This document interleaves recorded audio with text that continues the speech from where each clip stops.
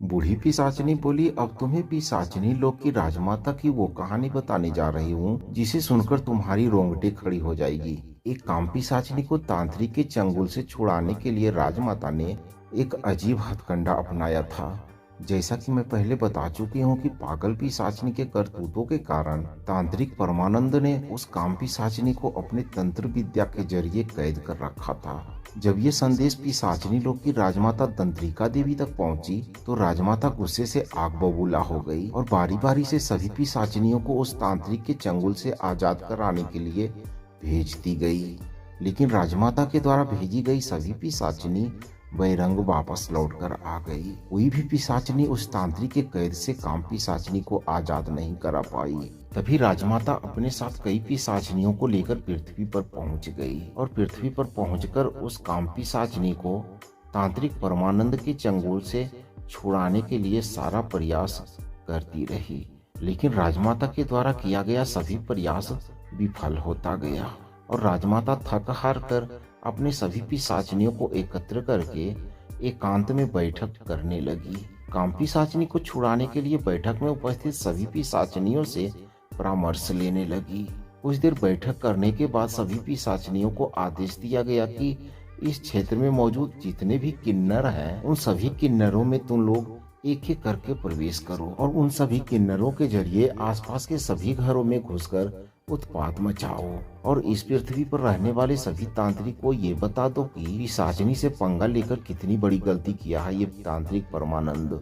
राजमाता के द्वारा दिए गए आदेशों को पाकर सभी पिशाचिनियां अपने अपने काम को करने को निकल पड़ी। सैकड़ों की संख्या में पिशाचिनी किन्नरों को तलाश करके उसमें प्रवेश करती चली गई और सभी किन्नर उस गांव के आसपास सभी घरों में घुसकर अश्लील नृत्य संगीत के जरिए परेशान करने लगी। किन्नरों की आतंक से गांव के लोग अपने घरों में कैद हो गए। गांव के गलियों में सिर्फ किन्नरों के गाने बजाने की आवाज को सुनकर गांव के लोग पूरी तरह से भयभीत थे। किन्नर के सहारे पिशाचिनियां सिर्फ गांव के लोग को परेशान कर रही थी, हत्या नहीं कर रही थी। 2 दिन के बाद जब तांत्रिक परमानंद के परिवार वालों द्वारा उनके आश्रम में यह संदेश पहुंचाया गया कि हम लोगों का जीना मुश्किल हो गया है, यहाँ के लोगों का जीना किन्नरों ने दूभर कर दिया है।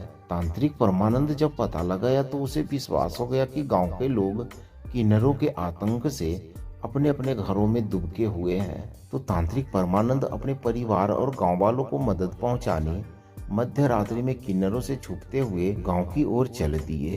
तांत्रिक परमानंद अपने आश्रम से जंगल के रास्ते चलते हुए उस गांव की ओर चले जा रहे थे। तभी रास्ते में एक किन्नर तांत्रिक परमानंद के रास्ते को रोककर खड़ा हो गया। शुक्ल पक्ष की मध्य रात्रि में चंद्रमा की ज्योति से उस किन्नर को तांत्रिक परमानंद देखकर पहचान गए कि मेरे सामने एक किन्नर खड़ा होकर मेरे रास्ते को बाधित कर दिया है।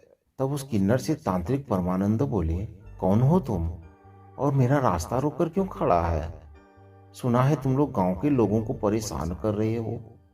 आखिर क्या बिगाड़ा है तुम्हारा जो तुम लोग इस प्रकार यहाँ के लोगों को परेशान कर रहे हो? तांत्रिक परमानंद के मुंह से इस बात को सुनते ही किन्नर गुस्से से तांत्रिक की ओर देखते हुए बोला, कसूर गांव वालों का नहीं है, वे लोग तुम्हारी करनी का फल भोग रहे हैं। तुम खुद तो मरोगे ही, साथ ही साथ इस इलाके को भी श्मशान बना दोगे। किन्नर की बातें तांत्रिक परमानंद के शरीर को हिलाकर रख दिया। तांत्रिक परमानंद बोले, क्या बोल रहे हो तुम? मैंने ऐसा क्या कर दिया जो गांव वाले मुसीबत में पड़ गए? किन्नर बोला, मैं तुमको अभी बताता हूँ। इतना बोलकर किन्नर का रूप पिशाचिनी में परिवर्तित हो गया। एक भयानक और डरावनी शक्ल के साथ पिशाचिनी लोग की राजमाता तांत्रिक परमानंद के सामने खड़ी हो गई। पिशाचिनी को अपने नजर के सामने खड़ा देखकर तांत्रिक परमानंद डर से कांपने लगे। तभी पिशाचिनी बोली, तुम डरो मत, मैं तुमको कुछ नहीं करूंगी, क्योंकि अगर मैं तुमको कुछ किया तो तुम्हारे कैद में काम पिशाचिनी को बंधन से कैसे छुड़ाऊंगी। जब तक तुम मेरी काम पिशाचिनी को आजाद नहीं करोगे तब तक इस इलाके में रहने वाले सभी मानव जाति के लोग मुसीबत में रहेंगे और आज से तुमको उन गांव वालों की कुछ लाशें भी देखने को मिलेगी। अगर तुम इन गांव वालों का भला चाहते हो तो उस काम पिशाचिनी को जल्द से जल्द मेरे हवाले कर दो, वरना अंजाम बहुत बुरा होगा। पिशाचिनी इस बात को बोलकर अपनी मुंह को खोलकर बहुत जोर से चिल्लाई।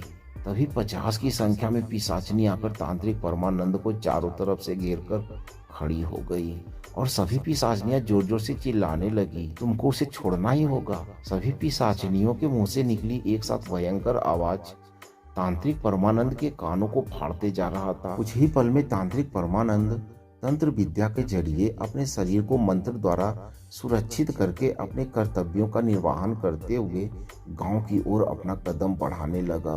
तभी पिशाचनी बोली, तांत्रिक वापस अपने आश्रम लौट जाओ और जल्द से जल्द मेरे काम पिशाचनी को आजाद करो। पिशाचनी की बातों को सुनकर तांत्रिक परमानंद गुस्सा करते हुए बोला, तुम किस काम पिशाचनी की बात कर रहे हो? वो कमीनी जो अपनी प्यास को बुझाने के लिए इतने पुरुषों को खड़ा करके चबा गई, इतने लोगों को मौत की नींद सुला दी। तुम उस पिशाचनी को आजादी की बातें कर रही हो? वो काम पिशाचनी नहीं, पागल पिशाचनी है, पागल पिशाचनी। और उसको कैद करके रखना मेरा कर्तव्य है। अगर मैं उसको आजाद कर दिया तो इस गांव के साथ साथ इस पृथ्वी के सभी पुरुषों को जिंदा चबा जाएगी। और तुम लोग ये जो धमकी दिए जा रही हो कि अगर मैं उस काम पिशाचनी को आजाद नहीं करूंगा तो तुम लोग गांव वालों की लाशें निकाल दोगी, तो तुम लोग भी अपनी अपनी कान खोलकर सुन लो। अगर तुम लोग इस इलाके में रहने वाले किसी भी व्यक्ति का कोई नुकसान पहुंचाया तो तुम लोग को इसी जंगल में कैद कर दूंगा। तांत्रिक परमानंद की बातों को सुनकर सभी पिशाचनियां गुस्से से तिलमिलाने लगी। एक पिशाचनी गुस्से में आकर तांत्रिक परमानंद को उठाकर पटकने के लिए तांत्रिक को उठाना चाहिए। तभी तांत्रिक परमानंद की तंत्र शक्ति के कारण वो पिशाचनी हवा में उड़ते हुए दूर जाकर गिरी। इस घटना को देखकर सभी पिशाचनियां हैरान हो गई और आपस में बातें करते हुए वहां से विलुप्त हो गई। सभी पिशाचनियों को वहां से वापस जाने के बाद तांत्रिक परमानंद उसी रास्ते से होते हुए अपने घर के समीप पहुंच गए। घर वालों और गांव वालों को सांत्वना देते हुए बोला कि आप लोग चिंता न करें, मैं बहुत जल्द इस मुसीबत से आप लोगों को निकालूंगा। जिसको आप लोग किन्नर समझ रहे हैं वो वास्तविक में पिशाचिनी है जो पृथ्वी पर दहशत फैलाने आई है। बस आप लोग आज रात भर इसी प्रकार अपने अपने घरों में बंद रहें। मैं उन सभी किन्नर के रूप में पिशाचनियों को सुबह तक यहाँ से भगा दूंगा। तांत्रिक परमानंद की बातों पे सभी लोग विश्वास करके सुबह होने का इंतजार करने लगे।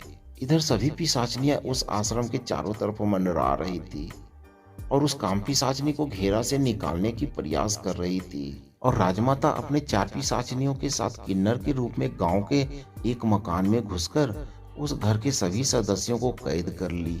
उस घर के पुरुषों के साथ अश्लील हरकत करके प्राण निकाल रही थी। जब उस घर के सभी सदस्य मरने वाले थे तो पिशाचनी बोली, अब तुम लोग मरने वाले हो।